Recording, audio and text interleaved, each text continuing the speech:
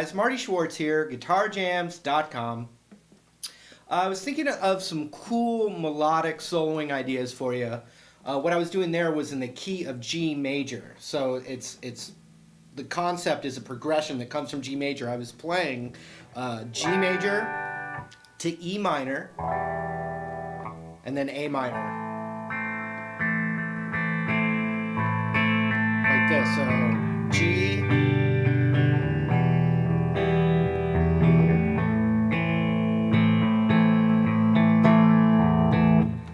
so that those chords all come from the key of G major. Now, a lot of these concepts are all at my website, guitarjams.com. You can go there and check it out, or you can sign your info down there and I'll send you like a chord book and some other free lessons that will help you. But in the meantime, we're going to zoom in. I'm going to show you a position for G major that you might not use all the time that I like a lot. So we'll zoom in and I'll show it to you. Here we go. Alright, so I'm going to show you some cool devices all for G major. Now when you have a progression, you kind of analyze it to see how to play over it. And this progression was starting with the G major chord, so it's some kind of G major. Any of these devices that I'm going to show you actually work the exact same in E minor. E minor is the relative minor of G major and vice versa. So any licks in G major also work for E minor. The reason this is G major is because the set of chords has the G as its tonal center. But it does have an E minor in there, and then A minor. But it always feels like it starts and ends on that G chord. That feels like home base. Alright? Now, the devices I'm going to show you are maybe not the first one that you learn. It's not the first one I learned, but I'm going to just show you a bunch of little pieces and then we'll see what you can do with it. Basically, I want to know where my roots are to kind of plug in my shape, and here's the one I'm going to use. I'm going to find my G note and I'm going to use the G right there. It's the 10th fret of the A string.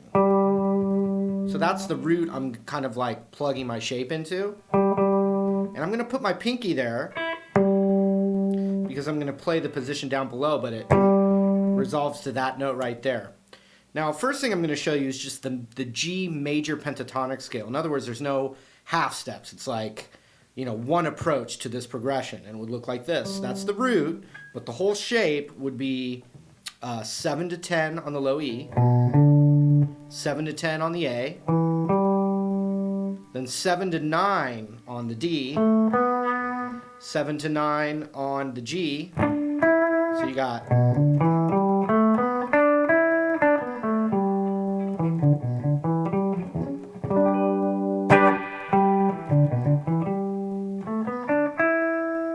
okay, then we've got the 8th fret on the B, 10th fret on the B,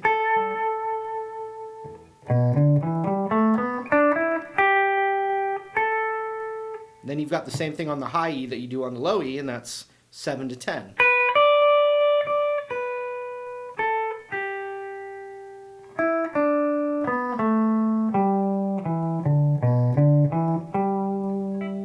So even over the progression,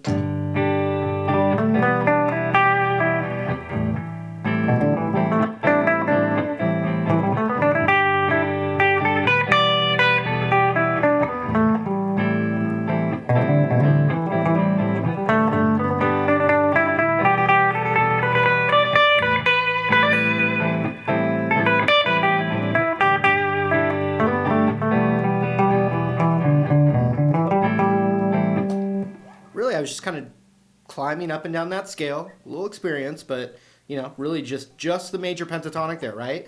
But you can add some half steps to that, and sometimes it's like referred to like modes and stuff like that. But we're gonna just add some of the half steps to make it the full G major scale, like the the do re mi fa sol la ti do thing. So that's still our root. And by the way, I just want you to see where another root is in this position. It's going to be that middle finger on the B string right there on the 8th fret.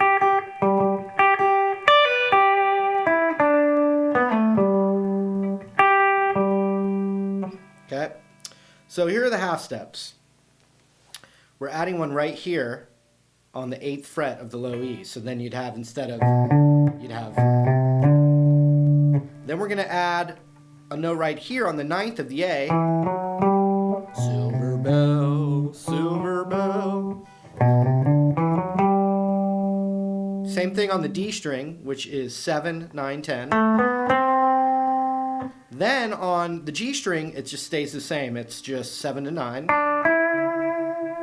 But now we're going to add 7 on the B. So you'd have 7, 8, 10 on the B. Then you'd have 7, 8, 10 on the high E. So watch, same thing.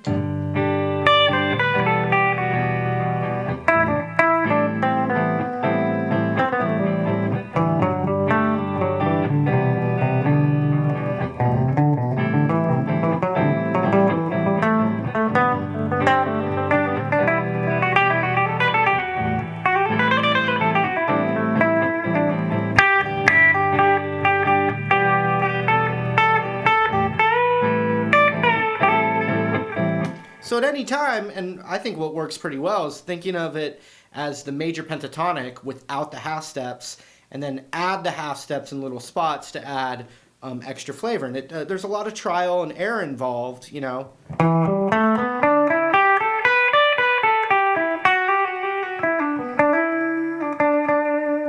And you can see one thing I did, you know, like sequence, like.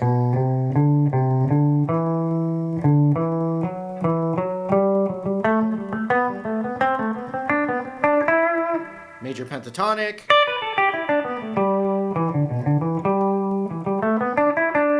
Half steps added.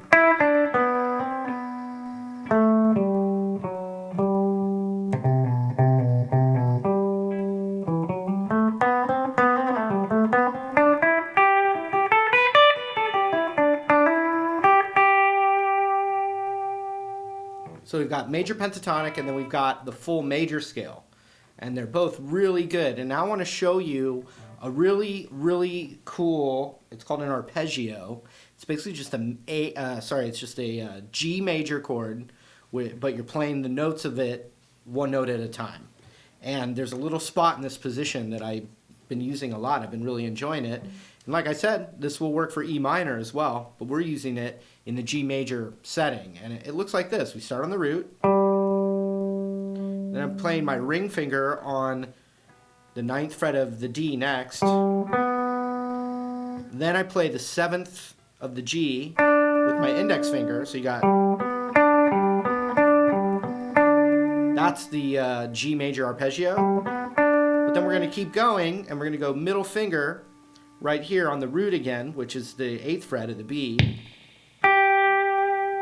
And then 7, 10 on the high E.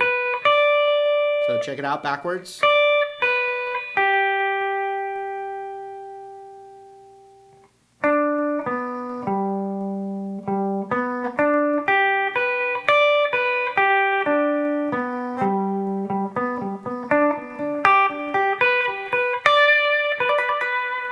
Hammer on pull off right here is nice.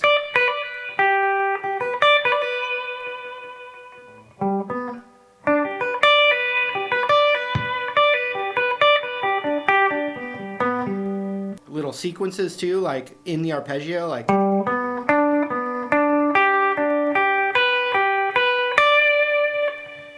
But then also mixed in with the major pentatonic scale and the scale runs as well. So when you combine it together, when you add that little arpeggio, it's another dimension that you have, another like melodic device.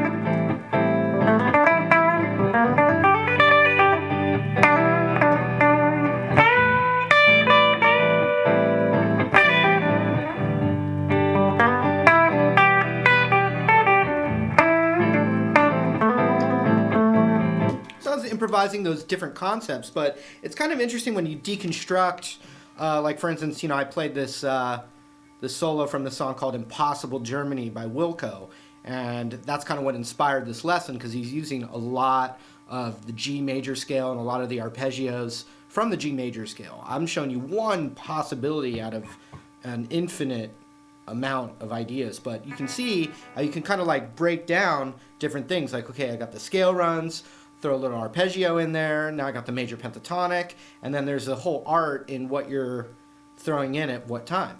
So that's what you're improvising. But I think some of these ideas should be really fun for you to try. So I wish you luck with that, and that's it for now. All right, hope that was helpful to you. Remember, you can get extra stuff by putting your info down there. Otherwise, we'll see you in another lesson real soon. Thanks for the support, and we'll see you later.